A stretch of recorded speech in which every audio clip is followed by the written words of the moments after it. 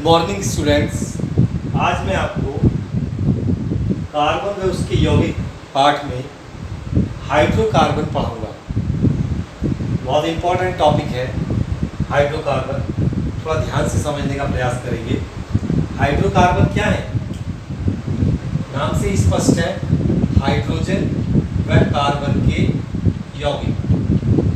वे यौगिक जिनमें सिर्फ कार्बन और हाइड्रोजन होंगे, सिर्फ कार्बन और हाइड्रोजन से, जैसे CH4 है मीथेन, C2H6 है एथेन, C3H8 है, C2H2 है, C2H4 है।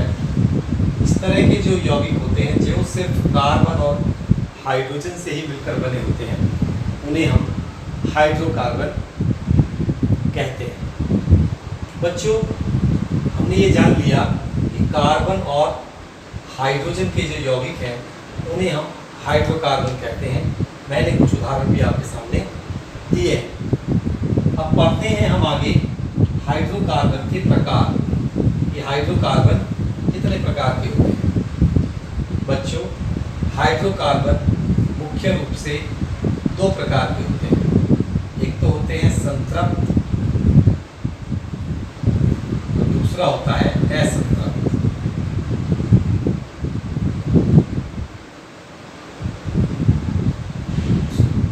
संतृप्त हाइड्रोकार्बन और दूसरा है असंतृप्त हाइड्रोकार्बन।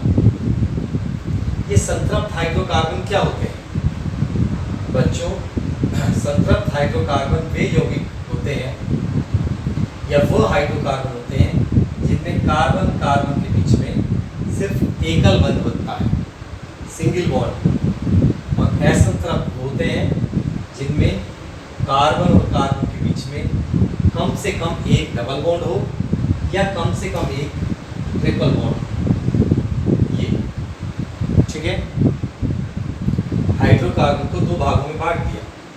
एक तो वे जिनमें कार्बन कार्बन के बीच में सभी बंध, जितने भी कार्बन कार्बन बंध हैं वो सब एकल है, तो ऐसा यौगिक संतृप्त हाइड्रोकार्बन कहलाएगा। और असंतृप्त हाइड्रोकार्बन क्या है?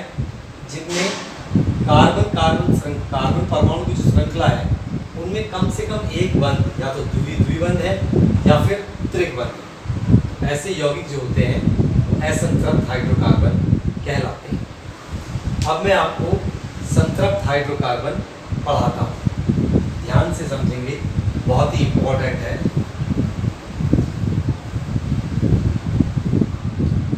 हम पढ़ते हैं संतृप्त हाइड्रोकार्बन।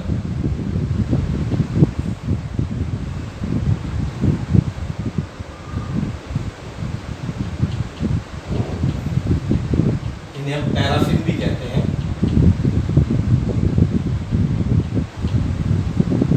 संतृप्त हाइड्रोकार्बन में मैंने एक पहचान आपको बताई कि कार्बन कार्बन की जो मध्य होगा वो एकल बंध होगा, सिंगल बॉन्ड होगा। आगे बढ़ते हैं।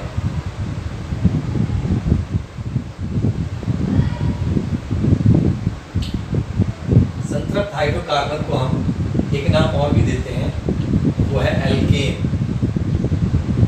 क्या कहते हैं इन्हें हम? एल्केन। इंग्लिश में लिख लेते हैं, इंग्लिश में थोड़ा आसान रहता है।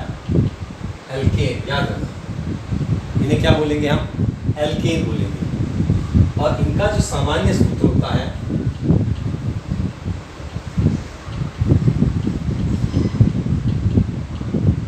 वो होता है CnH2n+2। अर्थात कार्बन अगर एक है तो हाइड्रोजन 2 एकम 2 और 2 4 हो जाएगा। चलिए इनके सूत्र बनाते हैं। जैसे n बराबर मैंने 1 रखा तो कार्बन हो गया 1 और हाइड्रोजन 2 थोड़ा n का मान 1 है +2। ये बन जाएगा आपका C और H। C तो 1 हो गया, एक लिखते नहीं है, एक को दिखाते नहीं है। 2 एकम 2 + 2 4। पहला यौगिक बन के आ गया CH4। अगर n बराबर 2 रख देंगे तो C2, फॉर्मूला देख लीजिए, वहाँ पर क्या फॉर्मूला है? फॉर्मूला है CnH2n+2। Cn C2 हो गया, H2 तो ऑलरेडी n की वैल्यू 2 हो गई +2, तो ये हो जाएगा 2 दूनी 4 और 2 6, ये हो गया C2H6। इसी तरीके से n बराबर हम 3 रख देंगे तो ये हो जाएगा C3H 2 × 3 + 2, यानी 3 दूनी 6 और 2 8, C3H8।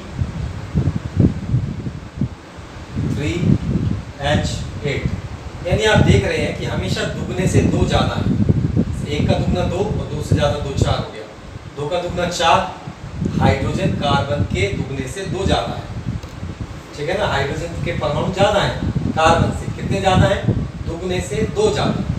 तो अब मैं डायरेक्ट भी लिख सकता हूँ, अगर C4 है तो दुगने से 2 ज़्यादा, तो 4 दूनी 8 और 2 10, C4H10 बनेगा।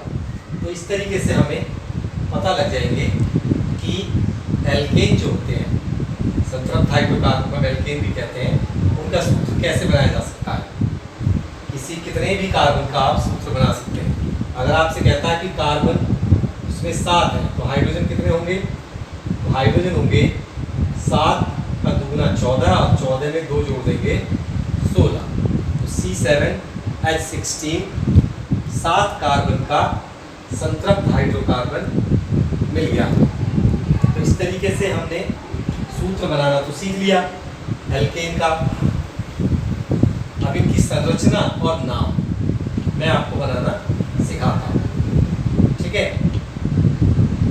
पहले संरचना समझते हैं, फिर उसके बाद नाम समझेंगे। एल्केनों की संरचना में पहला जो एल्केन था वो था CH4। इसकी संरचना समझ लीजिए, इसमें एक ही कार्बन है और एक कार्बन की 4 संयोजकताएं होती हैं और चारों से एक हाइड्रोजन जुड़ा हुआ है, इस प्रकार। ठीक है, दूसरा जो एल्केन है जो संतृप्त हाइड्रोकार्बन है C2H6 है। ठीक है बच्चों, इन यौगिकों में हम कार्बन कार्बन के बीच में एकल बंध बना देंगे सभी में, और फिर कार्बन की संयोजकता 4 होती है, इस प्रकार एक एक संयोजकता से तो कार्बन आपस में जुड़ गए, 3 संयोजकताएं मैंने इनकी आपको दिखा दी, और हर संयोजकता से हाइड्रोजन जुड़ा होता है। ये जुड़ गया इस प्रकार। तो ये C2H6 की संरचना हमारे सामने है। इस संरचना को मैं इस प्रकार लिख सकता हूँ कि ये एक कार्बन है, इससे 3 हाइड्रोजन जुड़े हुए हैं, तो मैं इसे ऐसे लिख सकता हूँ CH3 एकल बंध CH3, इस वाले कार्बन से भी 3 हाइड्रोजन जुड़े हुए हैं। तो C2H6 को मैं CH3 एकल बंध CH3 या CH3 into CH3 ऐसे भी दिखा सकता हूँ। ठीक है, एकल बंध अंडरस्टूड है कार्बन कार्बन के बीच में, क्योंकि जब एक कार्बन से 3 हाइड्रोजन जुड़े हुए हैं, इससे भी 3 है, तो सिर्फ इसकी एक संयोजकता बची, इसकी भी एक बची, वो सिंगल बॉन्ड से आपस में जुड़ गए। तो इसे CH3 into CH3 भी हम लिख सकते हैं। इसके बाद मैं तीसरा कार्बनिक यौगिक, तीसरा संतृप्त हाइड्रोकार्बन या एल्केन लेता हूँ, वो होगा C3, और हाइड्रोजन कितने होंगे? दुगने से 2 ज़्यादा, 3 दूनी 6 और 2 8। अब इसकी संरचना कैसे बनेगी? देखिए, इसमें 3 कार्बन आपस में एकल बंध से जुड़े हुए हैं। इन यौगिकों में यही खास बात है कि जितने भी कार्बन होंगे वो सब एकल बंध से जुड़े होंगे। इस तरीके से ये बाकी संयोजकताएं मैंने लगा दी। इस कार्बन की 4 है तो एक तो इधर चली गई और 3 ये दिखा दी मैंने। इस कार्बन की भी 4 है, 2 तो इधर हो गई, 2 बाकी यहाँ दिखा दी।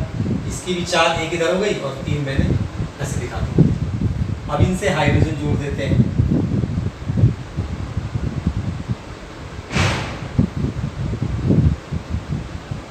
ठीक है, और इसको भी अगर संयुक्त रूप से लिखें, इकट्ठा करके लिखें, इस कार्बन से 3 हाइड्रोजन जुड़े हुए हैं, ये हो गया CH3 सिंगल बॉन्ड, बीच वाले कार्बन से 2 हाइड्रोजन जुड़े हुए हैं, तो उसे लिखेंगे CH2, और लास्ट वाले से फिर वही 3 हाइड्रोजन जुड़े हैं तो CH3, CH2 CH3, ये इसका संयुक्त सूत्र हो गया। ये इसका ओपन फार्मूला है, इसमें सब दिखाई दे रहा है कि कहाँ कहाँ कितने हाइड्रोजन किस तरीके से जुड़े हुए हैं।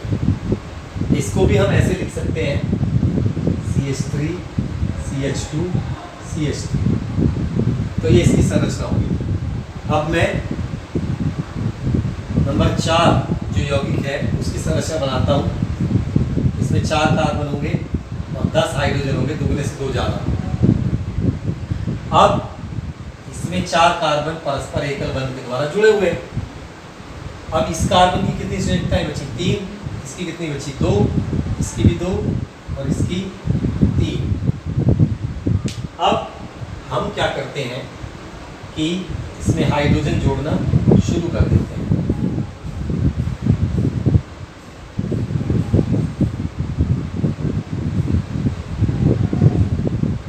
इस प्रकार हम देखते हैं कि इस कार्बन से 3 हाइड्रोजन जुड़े हुए हैं, CH3 सिंगल बॉन्ड, बीच वाले अंदर वाले से इससे 2 जुड़े हुए हैं, फिर अगले वाले से फिर 2 जुड़े हुए हैं, लास्ट वाले से फिर 3 जुड़े हुए हैं। तो इसमें आप हमेशा याद रखेंगे जो किनारे वाले कार्बन हैं उनसे 3 हाइड्रोजन जुड़े होंगे, जैसे यहाँ जुड़े हैं, और जो बीच वाला कार्बन होगा उससे 2 हाइड्रोजन जुड़ेंगे। तो मैं बिना देखे भी इसको बना सकता हूँ, बिना इस तरह किए भी इसको मैं बना सकता हूँ। तो इसको हम लिख सकते हैं CH3 CH2 CH2 CH3। ठीक है, इस तरह हमें पता लग गया कि ये जो यौगिक होते हैं इनमें जितने भी कार्बन हैं, तो जो श्रृंखला का बाहर वाले जो कार्बन होते हैं उनसे 3 हाइड्रोजन जुड़ते हैं और जो अंदर वाले होते हैं उनसे 2 हाइड्रोजन जुड़ते हैं। अगर मैं इसका 5वां यौगिक आपको बनाना बताऊं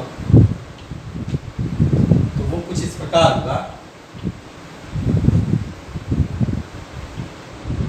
जैसे मैंने लिखा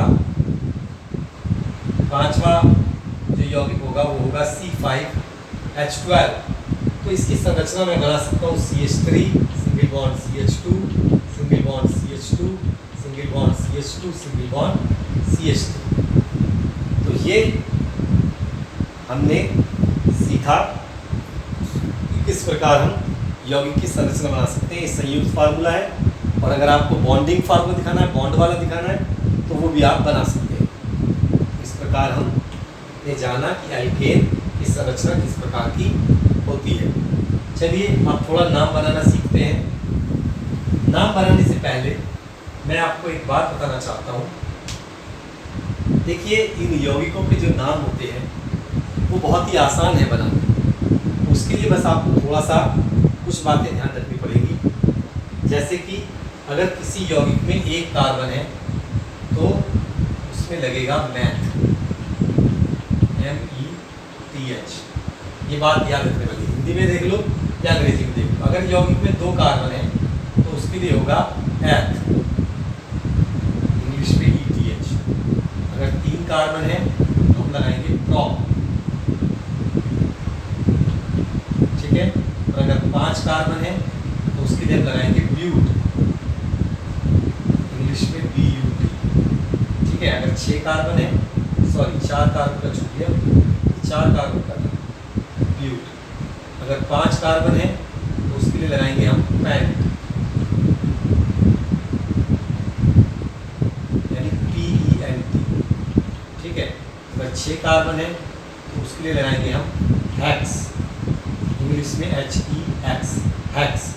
इसी तरीके से 7 कार्बन है तो हम लगाएंगे हेप्ट, 7 कार्बन के लिए हेप्ट, HEPT। और अगर 8 कार्बन है तो उसके लिए लगाएंगे ऑक्ट, 9 कार्बन है तो नॉन, और 10 कार्बन है तो डैक्ट। इस तरीके से meth, eth, prop, but, pent, hex, hept, oct, non और डैक्ट, ये इस तरीके से इनकी लैंग्वेज है, ठीक है।